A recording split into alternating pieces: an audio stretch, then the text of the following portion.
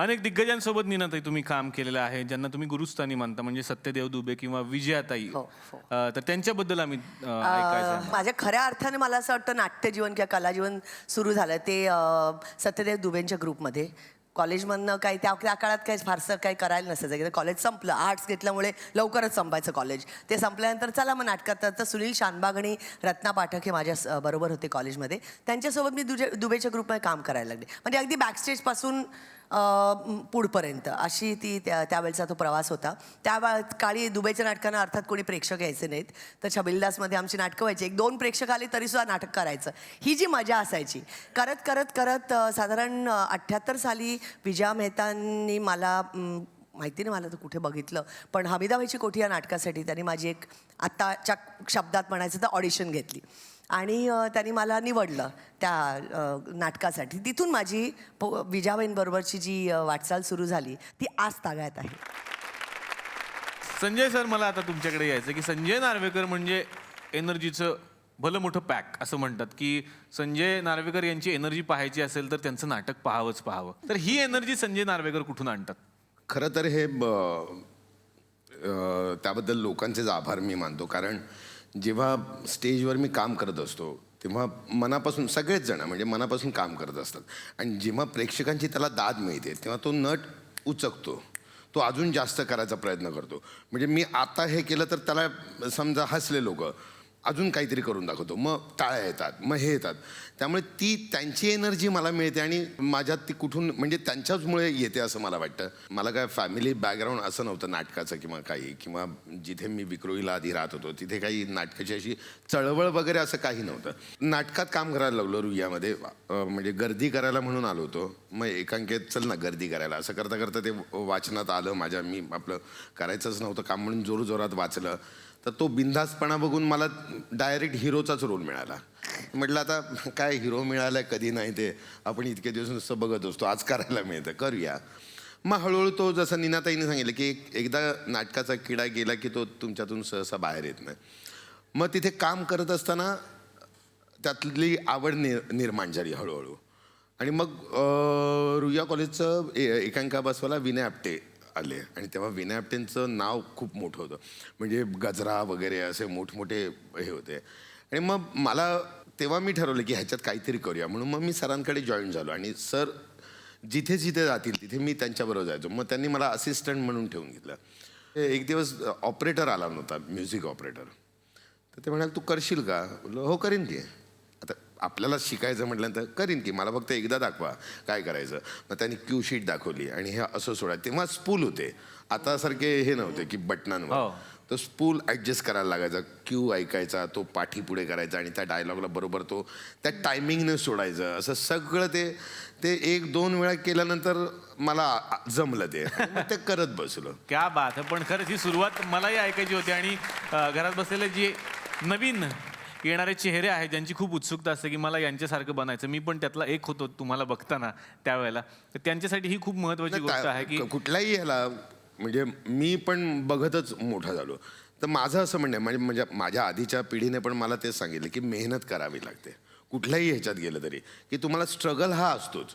मग तो श्रीमंत असो, गरीब असो, मध्यमवर्गीय असो, तो त्या प्रकारचा स्ट्रगल असतो आणि तो तुम्हाला करायलाच पाहिजे, त्याशिवाय मिळत नाही सहज असं. विनय काकांचा तुम्ही उल्लेख केलात. विनय आपटे हे नाव सगळ्यांच्याच साठी फार मोठं आहे, पण खास करून तुमच्या ते जवळचे आहेत आणि मुक्ता बसलेले आहेत, मुक्ताच्या जवळचे आहेत. तर विनय काकांच्या बद्दलच्या आठवणी तुम्ही दोघांनी आम्हाला सांगत अशी मी तुम्हाला विनंती करतो. त्यांनी मला त्यांचा माज शिकवला क्या बात आहे. की तू खरा असशील, तुझं नाणं खणखणीत असेल तर तू माज कर, कोणी तुझ्या वाट्याला येणार नाही, लोकांना तू आवडशील. वा. कामात पण दादागिरी दाखव. जर तू कामात दादा असलास तर लोकांना आवडशील तू. जर असा कॉन्फिडन्स नसेल तुझ्यात तर तुला कोणी उभं करणार नाही.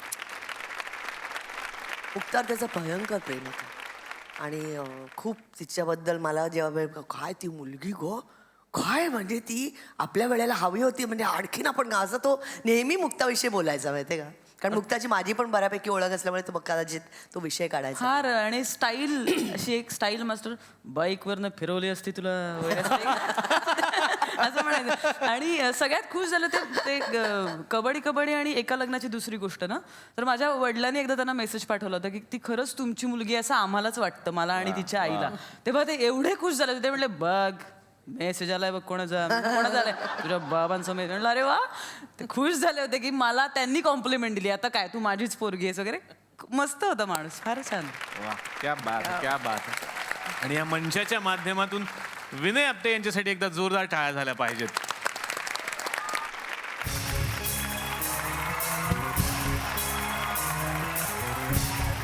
पाहुणं आलं.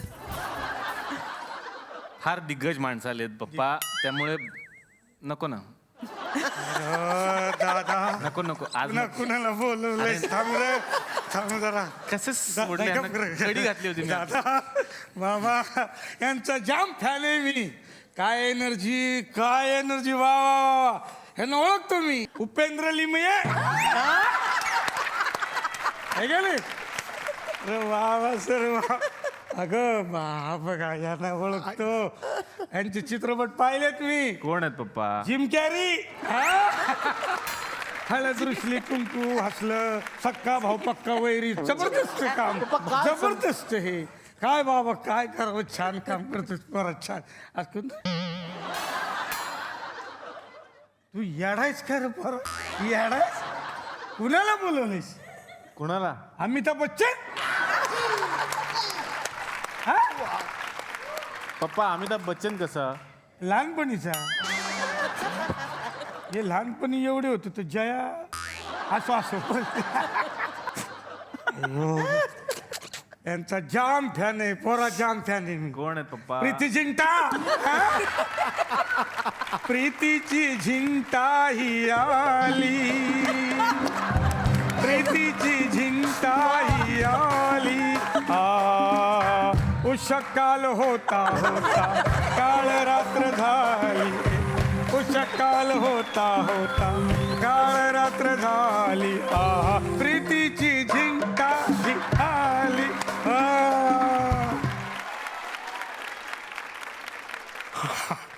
सोनाक्षी सिन्हा.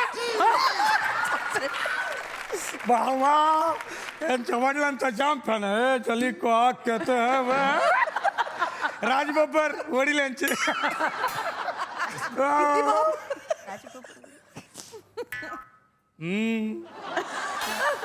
अतुल कुलकर्णी. नटरंग. वा ताई आता तुम्ही सांगताय का ओळखी मी तुम्हाला? ओळखा. 420. अरे विसरला का काय ताई? हवा येऊन द्या, त्याला हवा येऊन द्या, डोक्याला शॉट नको, हवा येऊन द्या. मी मराठी, झी मराठी. झी5 ॲप आजच सबस्क्राईब करा आणि आपल्या आवडत्या मालिकांचे भाग कधीही कुठेही पहा.